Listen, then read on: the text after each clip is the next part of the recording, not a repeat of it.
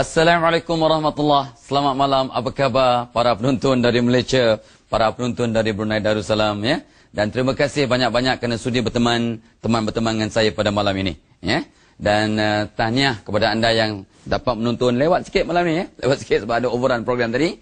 Dan saya ucapkan tahniah kepada mereka yang telah baru pulang daripada sembahyang tarawih yang dapat 20 rakaat, alhamdulillah. Yang dapat 8 rakaat pun syukur, alhamdulillah. Ya, dan malam ini sudah malam ke-12. Hari ini dah habis belah hari kita berramadan, berpuasa. Dan besok hari yang ke-12, malam ni malam ke-12. Artinya, ni 10 hari yang kedua ni Allah turunkan banyak rahmat. Bukan rahmat. Rahmat dah turun banyak dah. Sekarang maghfirah. Allah turunkan keampunan demi keampunan. Mudah-mudahan anda dan saya Allah ampunkan. Dan malam ni, ampun juga. Tapi hutang kalau tak bayar, Allah tak akan ampunkan dosa kita.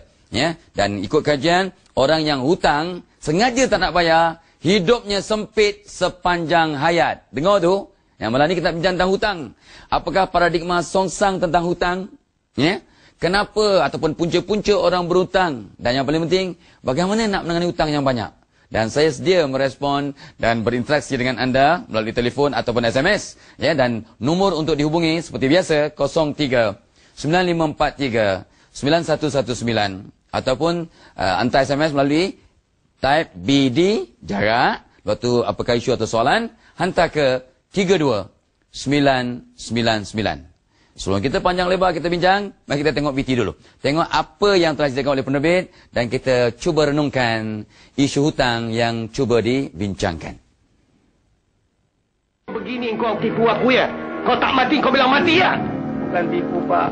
Ini nak cari jalan nak bayar hutang. Hei, tipu dia. Masya Allah. Berkali cakap. Tinggal saya dengan awak. Apa pun yang meninggal. Saya mau sampai saya makan. Baik. Mau duit bukan? Hutang mau bukan? Itu sana ada. Mana? Saya bilang 120.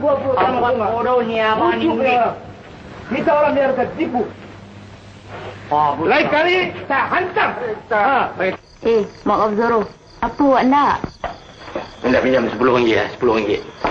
Oh, jadi yang datang minta durian nasi tu, jadi nak minta pinggan duit. Oh, dia minta durian ya? Duit. Tak malu. Orang jantan nak minta duit ke orang perempuan. Duit kita ada, tapi hari ni bank tutup.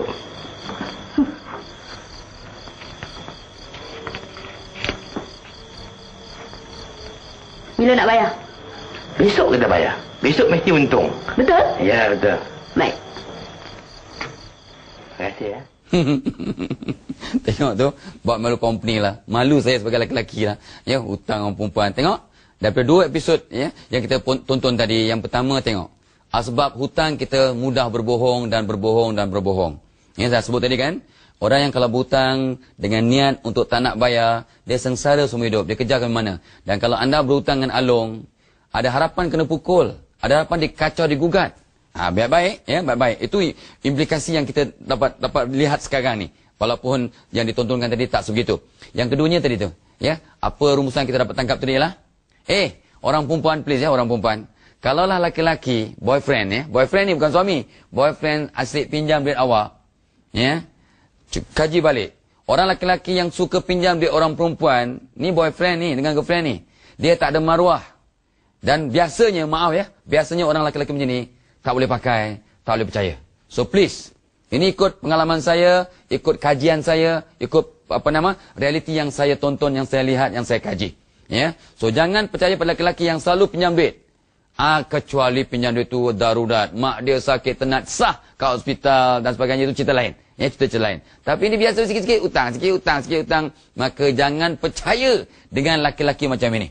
Ya, dan cuba kita tengok. Ya, sebelum kita panjang lebar, satu paradigma songsang itu, ada orang kata kita tak boleh hidup tanpa hutang. Itu salah. Ramai orang hidup bebas, hidup sejahtera walaupun tanpa hutang. So jangan ke mana-mana, lepas ni kita bincang tentang hutang.